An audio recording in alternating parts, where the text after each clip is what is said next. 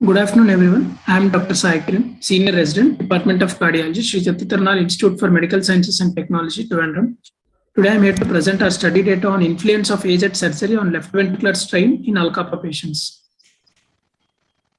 Background of our study is ventricular function normalizes after Alcapa repair in majority of the patients. Subclinical myocardial damage and persistent strain abnormalities are reported despite apparent normalization of ejection fraction. And these are attributed to chronic hypoperfusion of the myocardium. So we hypothesized that early AZ repair may reduce this chronic ischemic damage and these children may have lower incidence of strain abnormalities on follow-up. So all patients who underwent Alcapa repair prior to June 2020 were included, and preoperative and postoperative data were collected. And we excluded the patients who had LV dysfunction and more than moderate MR. And we included all the patients who completed 1 year of their follow-up after repair.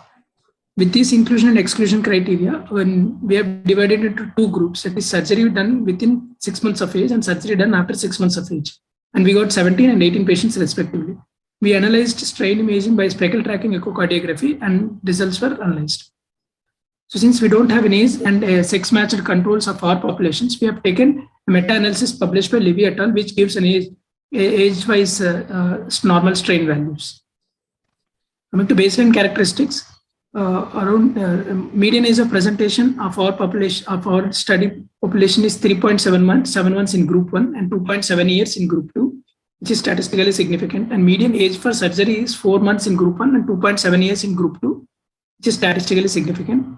And mean baseline ejection fraction is 35% in group 1 and 53% in group 2, which again significant. And mean current ejection fraction at the time of study is 67 in group 1 and 65 in group 2, not significantly associated. And mean time for normalization of ejection fraction is 4 months in group 1 and 4 months in group 2, which is not significantly associated. Median duration of follow-up is 7 years in group 1 and 6.2 years in group 2.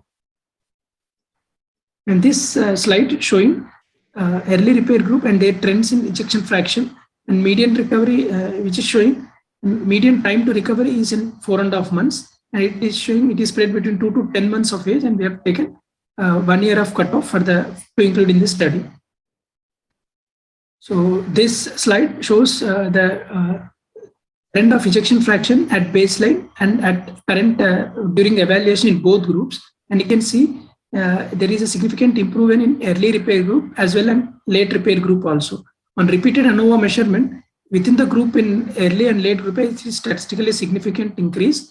And when compared to late group, early group has significantly better increase in ejection fraction.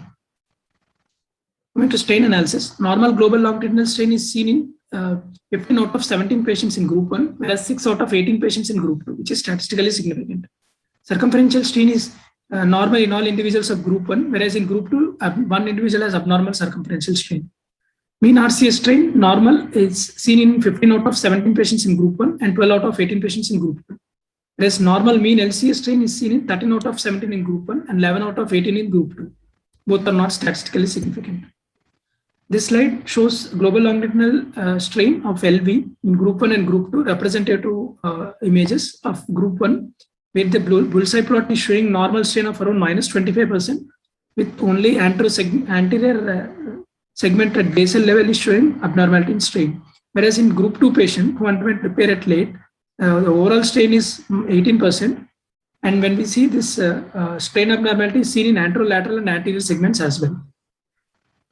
This is a left coronary artery strain seen in our group patient. In group 1 patient, you can see anteroseptal basal segment is alone involved with normal strain. Whereas in group 2 patient, you can see extensive involvement of anterior anterolateral segments as well. And this is a RCS strain abnormality seen in group 1 and group 2 patients simultaneously. Here you can see it's a minimal involvement of inferior septal segment at base in group 1 patient. Whereas you can see here extensive involvement of inferior lateral segments and inferior segments as well in patient with group 2, in patients corresponding to group 2. And this slide shows a ROC curve with area under curve of 0.85 with a significant p-value.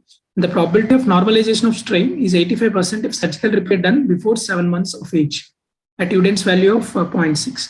The odds for better outcome, that is normalization of left ventricular strain, is 15 times higher in children who underwent repair less than 6 months of age.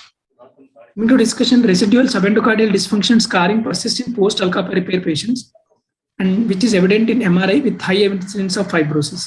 Ours is the first study probably to look at the influence of age for repair and the persistence of LV strain abnormalities during follow-up. Though the preoperative ejection fraction was significantly low in early repair group, 75% has normal strain values at follow-up.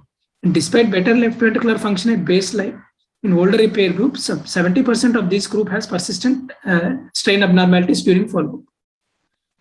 And coming to discussion, the worst affected segments are basal and mid-anteroseptal segments in early repair and basal mid-anterior segments in late repair group. Strain value of 14 or less suggests of coronary arterial narrowing as mentioned in case series by Castaldi et al. We have seen one patient in our group also.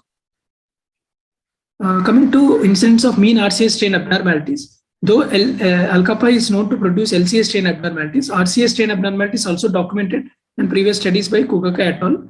It probably related to involvement of myocardium supplied by PDA as a part of dominant LCX or a coronary steal phenomenon affecting RCA territory prior to the repair. So to conclude, risk of persistent subendocardial dysfunction and scarring may be seen in less seen in infants with Alcapa repair underwent at early age, whereas RCA strain abnormality is also seen in some patients, which may point towards more diffuse involvement of subendocardium, which needs further study. Absence of age and sex matched controls and absence of validation with cardiac MRI are limitations for our study. Thank you.